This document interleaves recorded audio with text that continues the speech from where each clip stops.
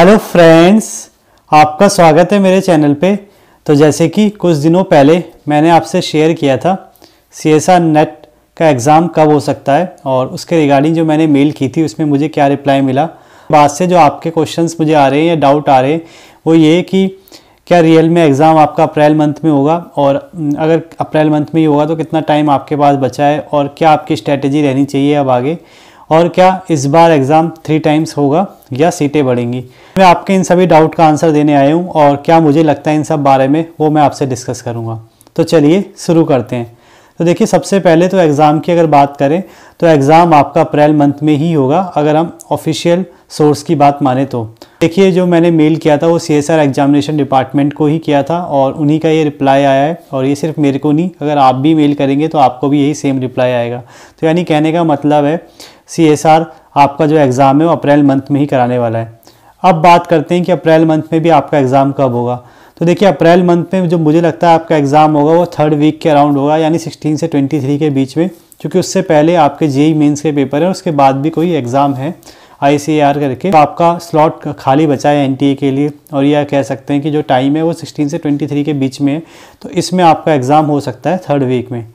अब आपके application form कब आएंगे? तो देखिए, एप्लीकेशन फॉर्म आपके जनवरी लास्ट तक आ जाएंगे और या फरवरी 1st वीक में। तो ये आपका एक शेड्यूल रहेगा अगर आपका एग्ज़ाम अप्रैल मंथ में हम मानते हैं तो, क्योंकि जनवरी लास्ट फरवरी में भी आते हैं तो मार्च तक आपके फॉर्म भर जाएंगे। उसके बाद 1 महीना आपको मिल जाएगा एग्ज़ाम देने के लिए, या जैसे कि हमेशा होता है कि एप्लीकेशन से और एग्ज़ाम के बीच में 1 महीने का गैप होता है। अब थर्ड थिंग है जो आप पूछते हैं कि क्या सर इस साल एग्ज़ाम 3 बार होगा या सीटें डबल होंगी। तो देखिए, एग्ज़ाम तो आपका 3 बार इस बार ही मुझे मुश्किल लग रहा है, क्योंकि अप्रैल में फिर होगा एग्ज़ाम, तो उसका रिजल्ट आते आते आप देखते हैं जून जुलाई हो जाता है, और उसके बाद नेक्स्ट एग्ज़ाम आते आते भी आपका सितंबर या अक्टूबर हो जाता है। तो बहुत मुश्किल है आपका इस बार भी एग्ज़ाम 3 टाइम्स हो। हाँ, ये ज़रूर हो सकता है, क्या पता CSR अब की बार जो आपकी सीट है वो इंक्रीज़ कर दे और आपका जो एग्ज़ाम है उसे मर्ज कर दे। ऐसा शायद हो सकता है, पर इसकी भी पॉसिबिलिटी तभी होगी जब CSR खुद ऐसा कहे। अब आप एज क्राइटेरिया की बात करते हैं तो देखिए, एज क्राइटेरिया मुझे लगता है क्या पता इस बार के लिए भी रिलैक्स हो जाए, ये लास्ट टाइम समझ के। बाकी ये भी CSR थोड़ा क्लियर करेगा तो ज़्यादा पता चलेगा, पर मुझे लगता है कि हाँ, एज क्राइटेरिया आपका रिलैक्स हो सकता है। अब बात करते हैं कि आप पे कितने दिन बचे हैं और आपको क्या करना चाहिए। तो देखिए, अगर आप देखेंगे तो ओवरऑल आपके पास 100 डेज़ बचे हैं। अगर आप जनवरी फरवरी मार्च 3 महीने लगाते हैं और 10 डेज़ अप्रैल के लगाते हैं, या ओवरऑल जितने जनवरी के दिन चले गए पूरा मिलाते हैं तो 100 डेज़ आपके पास है। तो मुझे लगता है आपको जो अपनी स्ट्रेटजी है वो 100 डेज़ के हिसाब से बनानी चाहिए। और इसमें सबसे अच्छी बात ये है कि आपका पहला गेट का पेपर बन रहा है। अभी अच्छी बात इसीलिए है क्योंकि देखिए, अभी आपने जितना भी पढ़ा है उसको आप रिवाइज़ करके पेपर दे सकते हैं और ये देख सकते हैं कि आप कितना मतलब सब्जेक्ट को जान पाएँ, और या जो भी मिस्टेक्स आप कर रहे हैं उसको एनालाइज कर सकते हैं, और एक तरीके से आपका रिवीजन हो जाएगा, एक रिवीजन टेस्ट आपका गेट का पेपर हो जाएगा। इसीलिए मैं आपको कहूँगा आप ऐसी स्ट्रेटेजी बनाइए कि अगर आपने 50% भी पढ़ लिया है या 60% भी पढ़ लिया है और आप नेट की तैयारी कर रहे थे, तो मैं कहूँगा अब आप आगे पढ़ने बंद कर दीजिए और आप गेट के लिए प्रिपरेशन करें, और जितना आपने पढ़ा सिर्फ उसे अच्छे से रिवाइज़ करें। गेट के प्रीवियस ईयर क्वेश्चन लगाएं, नेट के प्रीवियस ईयर क्वेश्चन लगाएं, ताकि आपका जितना टॉपिक आपने कर लिया वो तो अच्छे से तैयार हो जाए, और एक रिविज़न टेस्ट देते हुए आप गेट का एग्ज़ाम भी दे दें। क्योंकि इससे 2 फ़ायदे होंगे। एक तो देखिए, आपने जितना भी किया है उसका रिवाइज हो जाएगा। सेकंड, लेटर सपोज आप गेट में भी अगर अच्छा कर लेते हैं तो नेट के एग्ज़ाम के भरोसे आपको नहीं रहना पड़ेगा, और आपका जो PhD में एनरोलमेंट है वो इसी सेशन के अंदर हो जाएगा, जून जुलाई वाले में, यानी इसी ईयर के अंदर हो जाएगा। क्योंकि नेट का आप देखते ही हैं आपका रिज़ल्ट बहुत लेट आता है, जब तक ज़्यादातर फॉर्म चले जाते हैं, और उसके बाद जो आपका एडमिशन होता है वो दिसंबर या अगले सेशन में होता है। तो आप ये कोशिश करें कि गेट के लिए आप अच्छे से मेहनत कर लें, और उसके बाद जो आपके दिन बचते हैं 75 डेज़, उनको आप ऐसे डिवाइड करें कि 45 या 50 डेज़ आप अपना सिलेबस कंप्लीट करें जितना ही बचा हुआ है। उसके बाद आप फिर नेट के लिए भी सेम प्रैक्टिस सेट लगाएँ या रिवाइज़ करें अच्छे से, और अगर आपने कोई टेस्ट सीरीज ले रखी है तो उसे आप अच्छे से।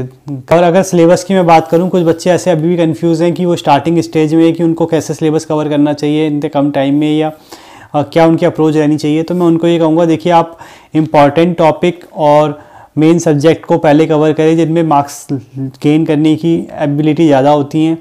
जैसे आप ऑर्गेनिक को थोड़ा सा पीछे रखें और इनऑर्गेनिक और फिजिकल को स्टार्टिंग में कवर करें, और कोशिश करें कि इनऑर्गेनिक फिजिकल के भी वो टॉपिक अच्छे से करें पहले, जिनमें ज़्यादा से ज़्यादा मार्क्स का पेपर आता है, चाहे वो गेट के लिए हो चाहे वो आपके नेट के लिए हो।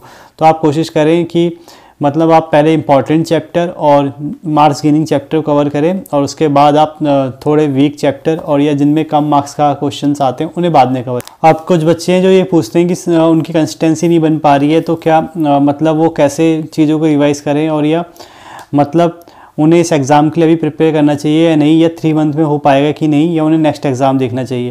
तो देखिए, मैं आपको ये कहूँगा, अगर आप हमेशा नेक्स्ट सोचेंगे तो शायद आप बहुत पीछे रह जाएंगे। मुझे लगता है कि आपको इसी एग्ज़ाम को देखना चाहिए, और 3 मंथ्स भी अभी बहुत होते हैं, और अभी भी CSR का कोई नोटिफिकेशन नहीं आया, बस एक ऑफिशियल मेल हमारे पास है। तो एग्ज़ाम कब होगा वो CSR ही डिसाइड करेगा, पर मैं इतना ये कह सकता हूँ कि 3 मंथ भी बहुत होते हैं आपके एग्ज़ाम क्रैक करने के लिए, अगर आप अच्छे से मेहनत करते हैं तो। क्योंकि CSR में देखिए नंबर ऑफ़ क्वेश्चन बहुत ज़्यादा आते हैं, तो आप पे ऑप्शन होते हैं कि आप किसको करें और किसको लीव करें। तो यानी अगर आप एक स्ट्रेटेजिक वे से मेहनत करते हैं तो आपका एग्ज़ाम हो जाएगा। और नेक्स्ट की जब बात करते हैं तो देखिए, आपको पता है कि ये जो एग्ज़ाम हो गया काफ़ी अनसर्टेन हो गया है, तो आप ऐसा नहीं कर सकते कि आप इसको लीव कर देंगे तो उसके बाद अगली बार दे देंगे।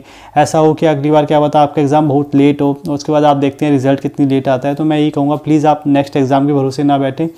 जितना भी आप अभी पढ़ लेंगे वो भी अगर आप नेक्स्ट एग्ज़ाम में यूटिलाइज़ करेंगे तो बहुत ज़्यादा आपके काम आएगा। तो वैसे ये वाला सेशन सबसे अच्छा होता है जनवरी से जून के, क्योंकि बहुत सारे एग्ज़ाम आपके एक साथ पड़ जाते हैं। तो मुझे लगता है आपको अभी के लिए तैयारी करनी चाहिए, जिसमें आपका देख सकते हैं अभी गेट आने वाला है, जियो साइंटिस्ट आने वाला है, CSR नेट आने वाला है, बार का आने वाला है। तो अगर यानी आपने अभी केमिस्ट्री पढ़ ली तो बहुत ज़्यादा यूटिलाइज़ होगी, और बहुत ज़्यादा आप मतलब अपने आप को टेस्ट भी कर पाएंगे कि आप कितना सीखें। तो मैं यही कहूँगा, आप मेहनत करिए, पढ़ना स्टार्ट करिए, और अगर आपने बीच में स्टॉप कर दिया था तो आप ये सोच लीजिए बस थोड़े टाइम और आपको मेहनत करनी है, और 5-6 महीने आप कर लेते हैं तो आराम से आप उन चीज़ों को लेके सेटल हो जाएंगे जिनको लेके आप कन्फ्यूज़न में हैं अभी। तो आई होप आपको मेरी बातें समझने आई होंगी, और कुछ डाउट्स जो आपके मन में चल रहे थे वो थोड़े बहुत आपको क्लियर हुए होंगे। तो आप आगे ऐसे ही मुझसे जुड़े रहने के लिए चैनल को सब्सक्राइब करें, वीडियो को लाइक करें और शेयर करें। Thank you.